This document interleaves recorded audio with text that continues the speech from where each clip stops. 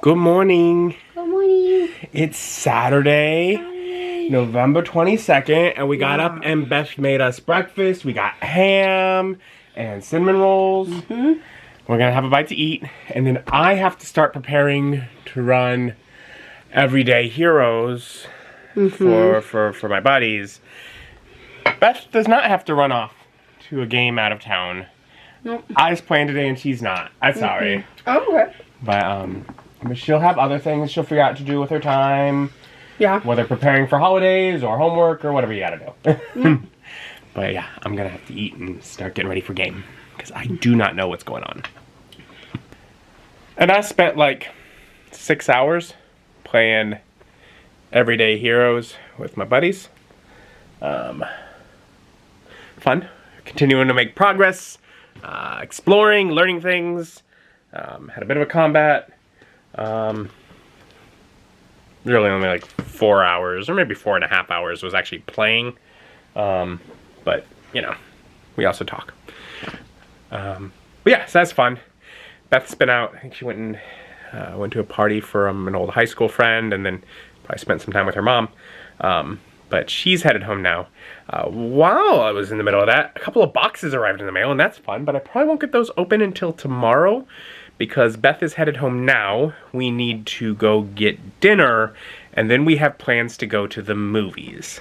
And Beth made it home. I did. And we's gonna go grab Chipotle so we have a bite to eat before going to see a movie. Yeah. We's gonna go see the sequel to Wicked Part 1, which is of course called Wicked Part 2? No, Wicked for Good. Why wouldn't they call it Wicked Part 2 if the first one was Wicked Part 1? They changed it from Wicked Part 1 to just Wicked. Not when I saw it, it was Wicked Part 1 when I saw it, so this should be Part 2. We saw Wicked for Good. Yeah, and it was very for good. I will reluctantly give it 4 out of 5. Oh no. This kind of disgusting car. Okay. So yeah, I'll give it 4 out of 5 stars. 5 out of 5. Because the music was good. Yeah. It was well acted. It looked beautiful. The plot was kind of garbage. It had no beginning, and it only had half of like a middle or climax to the movie. It relied not only so heavily on the fact that you must have seen Wicked Part 1. Yeah. But it also relied on the fact that you must have seen Wizard of Oz. If you don't know the story of Wizard of Oz, it does not stand on its own. True, but that's also how the play is. And I've not read the book, so I can't say how the book is. That could, in theory, be how the book is. I don't know. I don't know how much they go through Dorothy's story, but like, I thought we might see a little bit more. I feel like we actually probably saw more. It feels like a little more ties to Dorothy's story than I recall from the play. Enough so that like it's just so relying on it for its climax. I'm just like it, but not setting it up. Like I feel like either way. I'm gonna be honest. I think it's exactly like the second half of the I think there were a couple new songs. There were a couple new songs, but plot wise, like the same. And then they added a couple more songs to kind of flesh out some more of what Elphaba and Galinda are going through. Yeah. They don't honestly add a lot. No, the new songs didn't add a lot. If they're gonna add all the new time, they could have added parts that make the story stand on its own. They're bothering to add stuff. Add that. Correct. No, I do agree with that. Look, that's what I figured would be added when they added so much time, is like enough to be like, let's have a full story in and of itself. Right. No. No, it's just a second. It's just and with the first one being called Part 1, I'm like, I'm not surprised that it requires you see that. Yeah. If they called it Part 2, it would have been very clear that it required you to see that.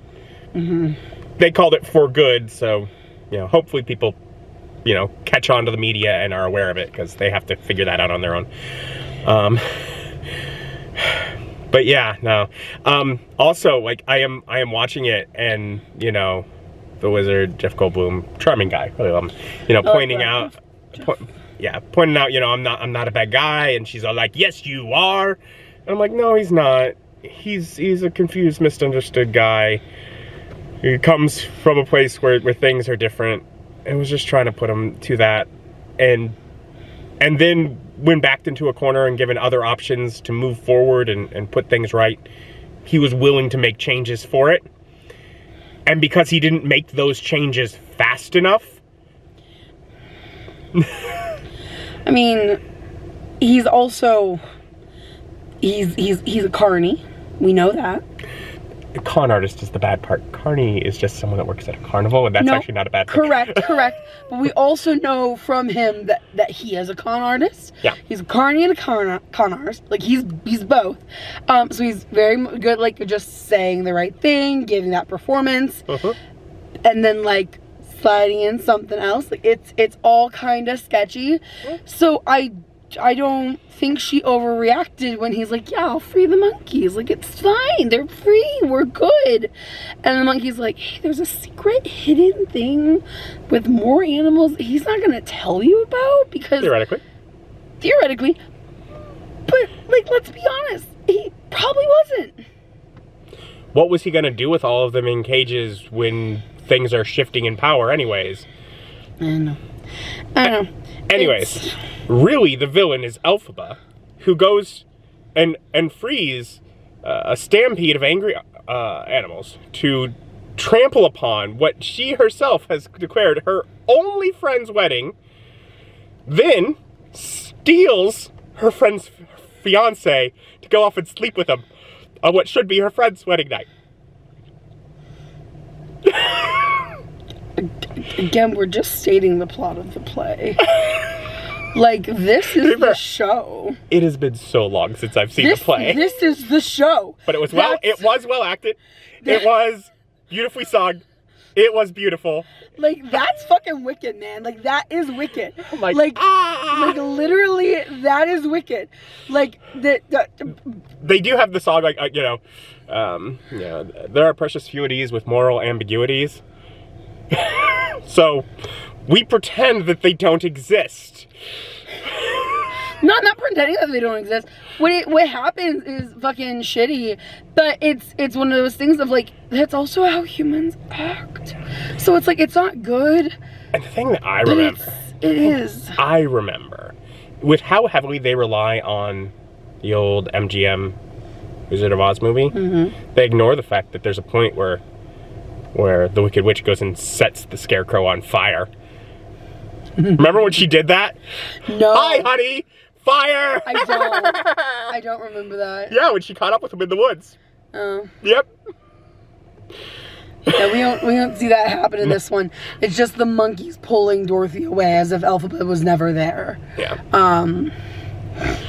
What you get from Wicked's light portrayal is that I don't think Dorothy had any interactions with her until that castle when she was dragged there by the monkeys. Yeah.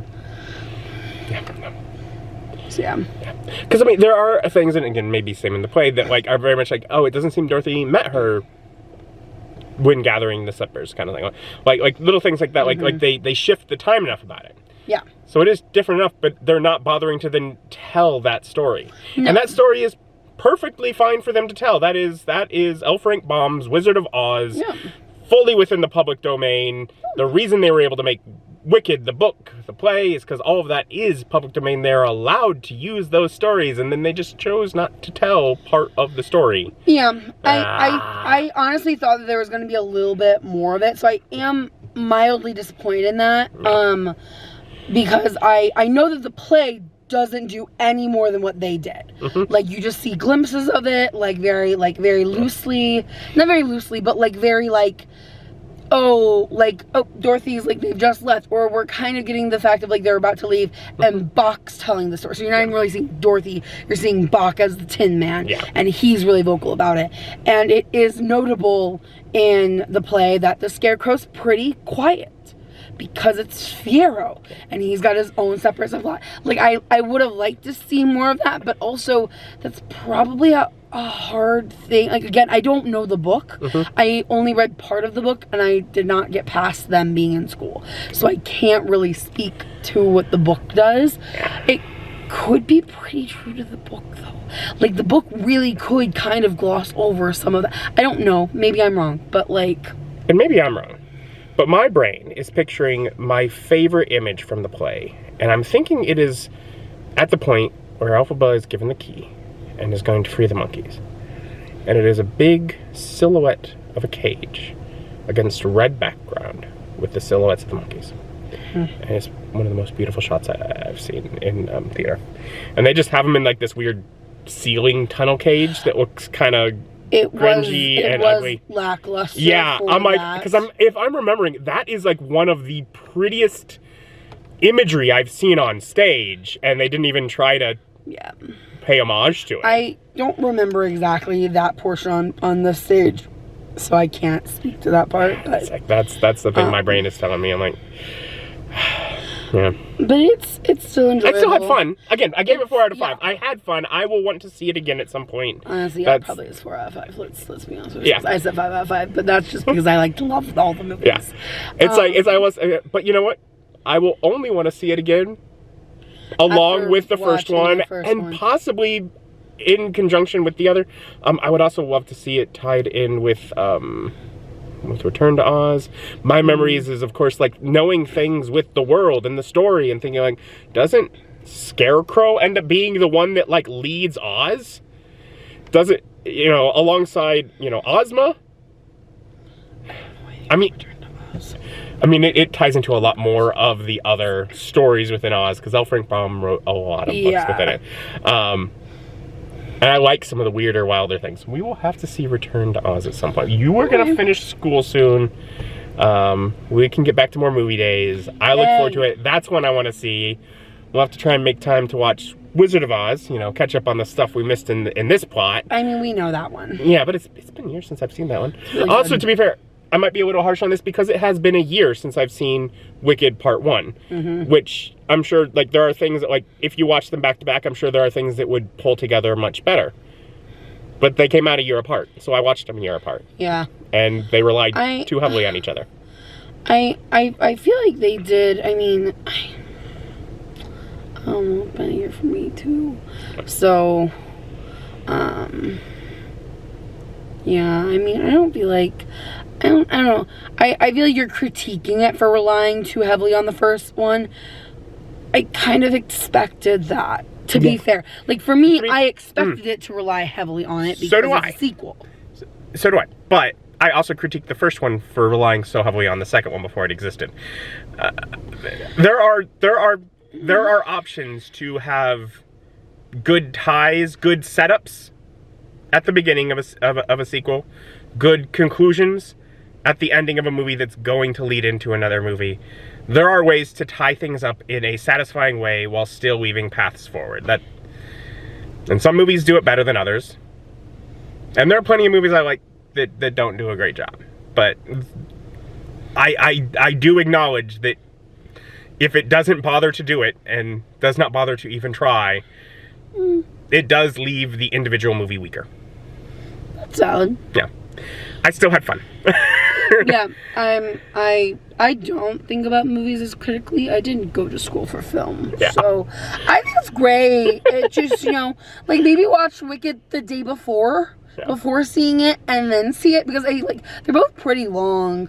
So, like probably 2 days, a day apart is recommended. And yeah, would I like to see more Dorothy? The added songs, I liked Elphaba's better than Glinda's. Just being honest. I probably liked it the other way. Yeah. But I like Glinda's character better. I like the wizard's character. I'm like... He's gonna buy into it. He's not for the animals. I'm kidding. Glinda's for the animals. Like, she freed them at the end. Like, she, brought them all I don't think she had a great opinion one way or another. But she did care about her friend and knew it was important to her friend, and that it was something her friend was willing to die over. And that is why she cared about the animals. Which is not a bad reason. Yeah. You know, if that's what motivates her to be better, you know, she's changed for good. Right. Oh well. But it's cute. It's good. It's worth seeing. Otherwise, it's late. We're gonna go home. We're gonna get bed. I'm really tired. It's been a long day for me. I've been out of the house so long. I just want to lay in bed. Okay, we'll get you home. Thank you for joining us. Join us as our journey continues. Bye-bye. Bye.